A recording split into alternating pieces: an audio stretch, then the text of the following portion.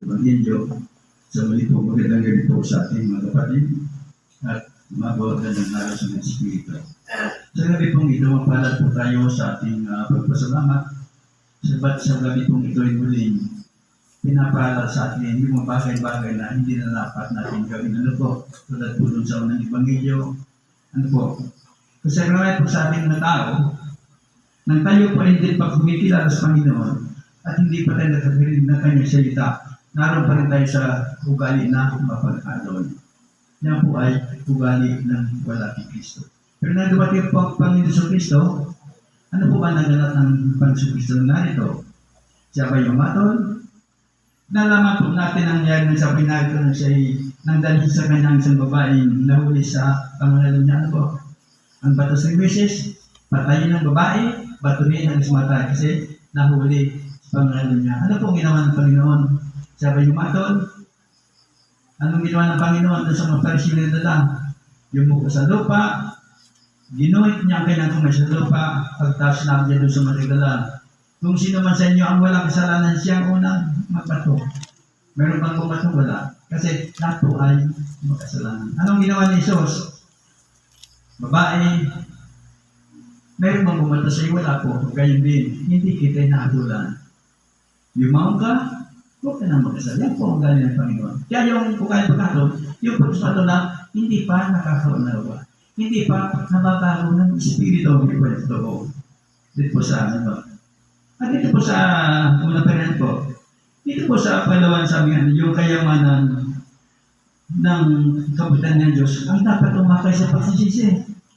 Kasi po, hindi po natin nararamdaman ang pag-ibig ng Diyos na naman, hindi po tayo magsisisi. Ano po? Lalo kung hindi natin nadaramdaman na tayo pala nasa loob ng kapigatinan po, hindi tayo nagsisisi. Kung alam ako natin ang sabi ng Panginoon sa Apokalipsis 19, ang aking inibig, aking sinasaway narusan. Subalit, pagsisiyan ng kasalanan. Eh, bakit po sa atin? Kaya dito sa Panginoon ngayon, ang pagsisi po mahalaga. Kung nakikilala ng Panginoon, dapat hata natin natalikuran ang kasalanan. Huwag na po kaulit-ulitan na po. Medyo magsisisi ako, pero po kasi hindi, babay ko, mali po yan. Pag ang ginawa natin, sabi sa kasulatan, ay hindi na tayo maaaring baguhin. Sabi na sa kasulatan, ibigay natin sa talas ang taong yan. Kaysa ang Espiritu mapamataw. Yan po. Kaya ang pagsimalan po, yan po. At sa dito sabi ito. Doon masaming nagsisisi, ano natin pa? Tayo din nagsisisi, din ako daw, kapunan po ng Diyos yan. Kung magaling natin, yung hindi gusto ng ating kapwa, siyempre hindi rin gusto ng Diyos. Pag napot sa atin ng Diyos, tayo pwede dinigin sa atin, hindi na kita pagkira pa na lang, kaya lumuhod ka ng lumuhod. Maglimos pa tayo lahat ng ating pag-ibigay pa ito. Pag hindi natin tanggap, ng Diyos, wala na po. Managang ba na kaya sa ang kaputan, siyempre nangyari sa atin. Para tayo kaputan, dapat sumunod po tayo para makamit natin ang buhay na talaga. Dito po sa Ebanghelyo, dito po sa Lucas, po? Ito isang pagpapalala po sa atin po. Sabi rito sa 35, bigisan ninyo ang inyong baywang at paningasin ang inyong ilawan. Ano po ba ang dapat bigisan ang baywang? Ngayon, kung tayo po sabi na ay lingkod na ng Diyos, ano sabi sa sultan? Ibibigis natin yung salita ng Diyos. Pag ay lalakad, dapat ang nakabalot sa atin salita ng Diyos. O yan. Ano yung ilawan? Yung natutunan natin na mabuting araw yan, dapat makita po sa atin. Maging sa pagsasalita. Kasi kung ako yung lingkod ng Diyos, o kasi yung malingan naman, hindi po na wala po dyan ang ilaw. Sabi ng Panginoon, ako'y naparito, ako ang ilaw ng sanlibutan. Ang lumalag sa kadiliman, hindi tumatanggap ng ilaw. Kaya na sa kadiliman, wala ko sa ating ilaw. Kaya ang ilaw, yung kung mabuting gawa natin. Kaya sabi nga, ang ilawan, sindisindihan, hindi para ilagay sa ilalim ng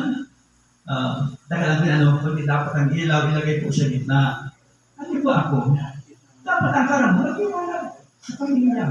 Ang tama kong ibo.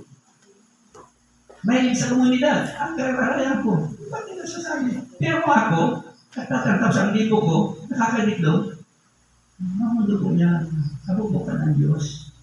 Kaya hindi mo focus sa salita. Ano ang tatara mo Diyos? Nitinaw sa tula. Kung sabi yan ng baluti, ang sulot ka. Kaya dapat bumakada ka. Ano ka makada? Ano ang sabi ni Diyos? Basaanin ninyo. Pumata po, makada mo sulot. Kaya si Kristo lang matuga ang pagtututog sa to. Para itagyan ka ni Spirit Santo, dapat tutugtuan kita kang paagin. Kaya, anibo gusta sa hawak ka, ito ang marinabalita. Tapos na, ano ang iginig mo ta? Maging sa komunidad, ano man, dapat ang nasa hawak ka, marinabalita. Then naman sa puso daw, ito mga bagay na kakita. Tanong, binago na po ni Kristo. Kasi nang ginawa, dapat mag-iwan sa kung ano mamarin na, Adam, nanood na na, dapat may isa tuloy. Ano ka ang nangyasa na, dahil ayag ang Adam sa naari kong mapuning, kasakiman di ba? Dinuri po pa lang, kasi nung alin nagkaparaputik pa. Diyan pa si Kristo ng Diablo. Siya niya nga din kasi nung alin nga, Diablo sa bakas. Mapapayag daw kita, di ko ni Diyos, pati doon. Pagka po niya sa puso ka, ako ka mundo, kaya sabi ko, kung kilala ko sa kanito, mga maestro, si Kristo, liwanag. Ang liwanag, itong maray na, di ko mayag po sa tuya. Kaya sabi ko, kung nagustuhan, sabi ko patuloy. Mapalat, at magsitulat kayo sa mataong nangagintay na sa kanyang Panginoon, kung siya'y bumalik na galing sa kasalan upang kung siya'y dumating, tumugtog pagdakay, mabuksan sila. Sa Timoteo, sabi niyo, ako ay anak na ng Diyos, kasi sa kasulatan. Ako ay kapatid ng Diyos. Pero kung ako pagkatag, mas mabuti pa po ang alipin. Kasi ang alipin hindi ko gagawa. Pero ang anak, natin sa anak, pag ninagos ng magulang, tinatalituan ng magulang ng anak. Kaya para po sa akin, mas gusto na ako alipin. Kasi ang alipin, takot po gumawa ng kasalanan. Huwag natin akinin. Lalo na kung kapatid, Pag hindi mo na pumili ng kapatid mo, wala na, sira na ang kapatid. Pero pag ang pagkilala natin sa Diyos, tayo isang alipin, makalat po tayo sa handa po tayo maghintay. Handa kitang magtiis. Handa kitang magtyaga. Nagtandaan kita na ang uripon, nahirapan, dan sa iyang kapangan. Kaya mapalat ko yan po.